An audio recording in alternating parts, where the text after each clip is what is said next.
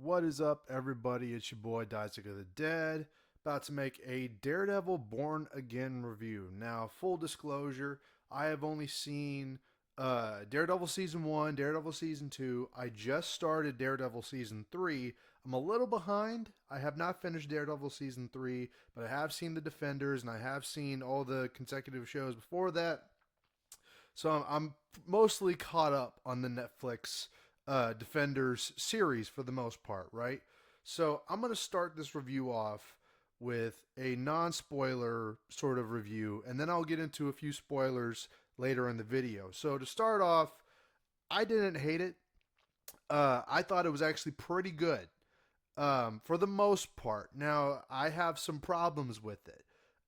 Some of those problems I'll get into in the spoiler section, but things I will talk about positively on the non spoiler part is I think the acting is pretty solid.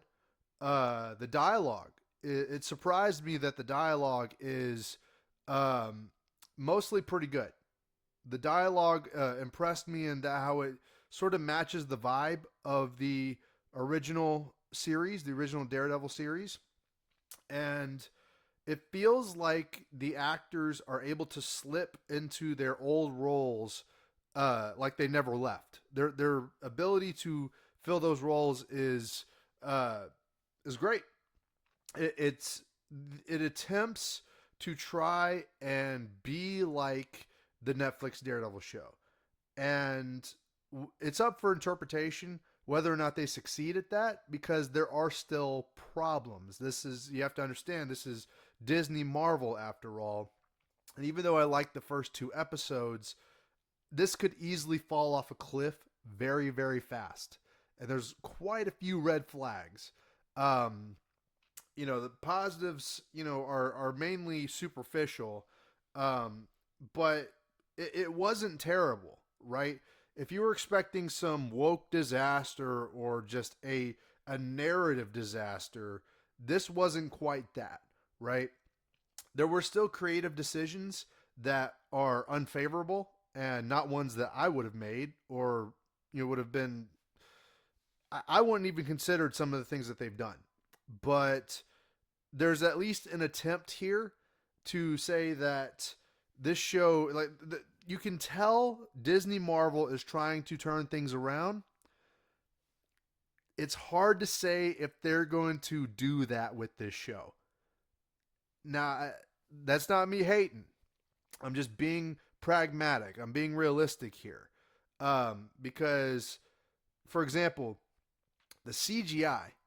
This isn't really a spoiler, but there in the fight scenes in the first episode in particular, in the first 10-15 minutes, Daredevil's swinging around. He's using his grappling hooks to do a bunch of gymnastics to swing around like he does in the comics, but they use a lot of CGI and it doesn't look very good.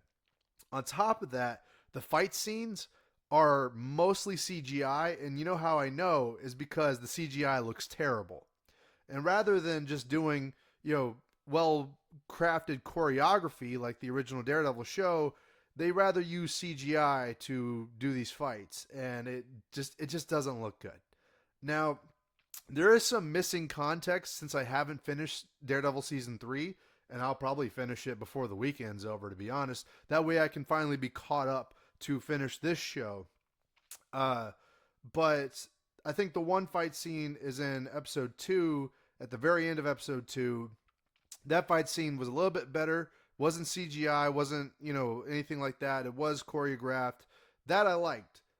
But Daredevil wasn't in his suit. It was Matt Murdock fighting people. So, now all things aside, it wasn't terrible. His main point is it wasn't terrible. It's not the greatest thing in the world. It's definitely not better than season 1 or 2 of Daredevil. Like, there's no way it was never going to be better than that. I'm sorry. That's just it. They don't have Drew Goddard. They don't have Stephen S. Knight, or Stephen Knight or whatever, whoever it was. They don't have that. They have Kevin Feige, which is a red flag. They have Louis Despacito, which is also a red flag. And the worst red flag is that they have Sana Amanat. The fact that they have Sana Amanat doing a Daredevil show, that's a crime in of itself. crime of creativity. I'm not a fan of that. Get Sana Amanat out of there. I'm sorry. And honestly, I get Kevin Feige out of there, to be honest. Um, those are the red flags. But they try to tie this to Hawkeye and Echo. There is no mention of She-Hulk, thank God. But still, they're trying to tie this to Echo to make Echo important when really Echo's not important. In fact, they kind of laugh off mentioning Echo in the show. So anyway, not the worst thing ever. It's easily the best live action Disney Marvel show so far. And it's not even close. People say, oh, Loki's better, WandaVision is better, Moon Knight is better. No, all of those suck. This is so far, in just first 2 episodes, better than all of those combined. Um, that's just my opinion. Now, let's get into some spoilers because this is where it gets a bit rough. So, spoilers from here on. If you're interested in the show, please tap out, go watch it, and then come back and see my review. But if not, let's get right into the spoilers. So, we start the show off with the trio, Matt, Foggy, and Karen. Pretty standard. They're slipping right back into their roles like they never left. It feels good. It's a very good opening scene.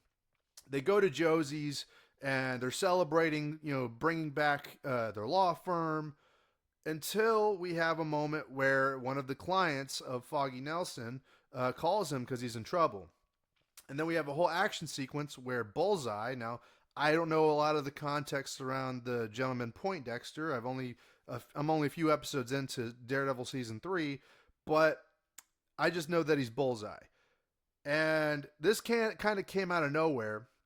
Like I said, if you're, this is spoiler section.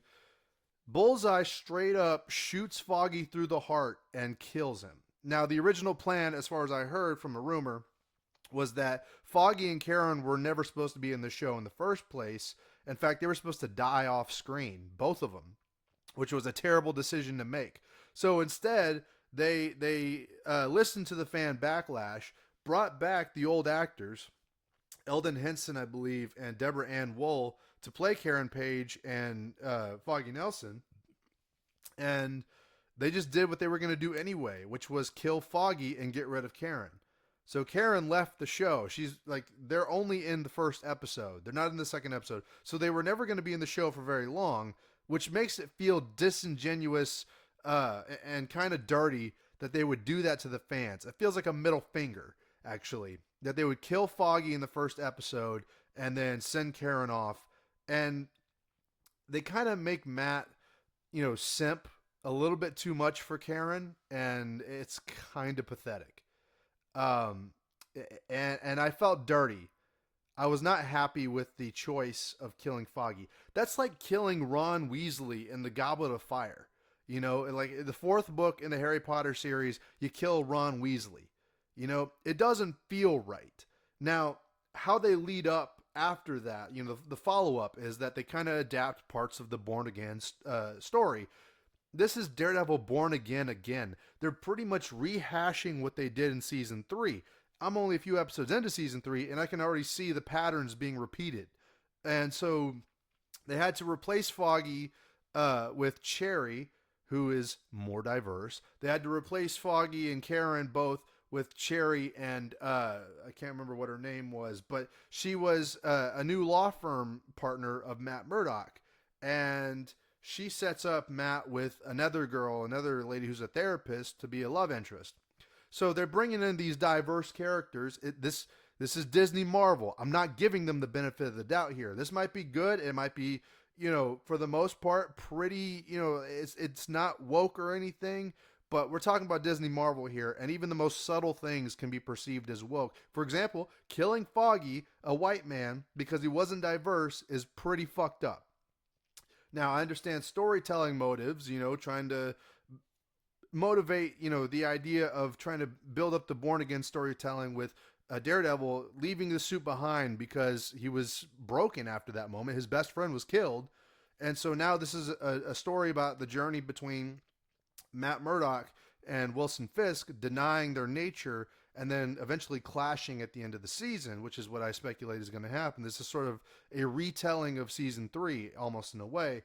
And, there's Wilson Fisk runs for mayor, and Matt feels like he's at a loss. He feels like he lost the battle that since he gave up Daredevil, and you can feel the tension between them.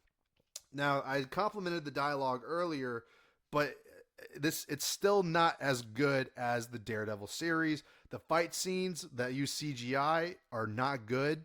The ones that use more practical are pretty good, and it is what it is. It doesn't. This is Disney trying to be edgy. It's more like Echo and Moon Knight than it is like the Netflix series. And Disney is just not edgy. They can try all they want, but they just can't achieve it. And that's the sad part about this, is that this show had so much potential, and it unfortunately doesn't have the grit that it needs to be on that next level. That doesn't mean it still doesn't have hope. There's a chance that this could be good. The fact that they would even reference the Punisher and Spider-Man in the same sentence when Wilson Fisk was talking about Wilson Fisk running for mayor, it's really unclear how or why he does that. But there's a lot of backlash against him because he's a former mobster. In fact, the cops turn against him, so he tries to blackmail the cops. There's a whole cop movement of basically criminal, crooked cops, and we can see one of them has a Punisher skull tattoo, which is interesting. And I'm not 100% sure that's going to...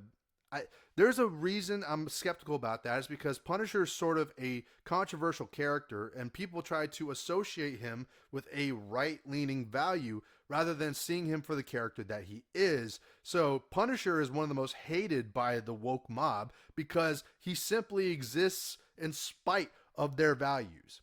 So they have to do everything that they can to tear him down and make him pathetic. Which is why I fucking hate those losers. Because they completely don't understand the Punisher.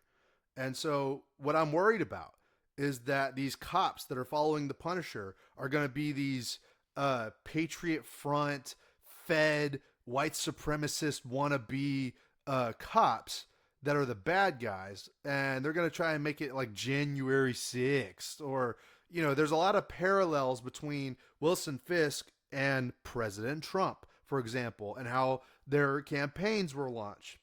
It's not identical. It's not, out of character or forced, but one could interpret that in such a way that they could really screw this up and really make it, they could really screw this up, as, for lack of a better term.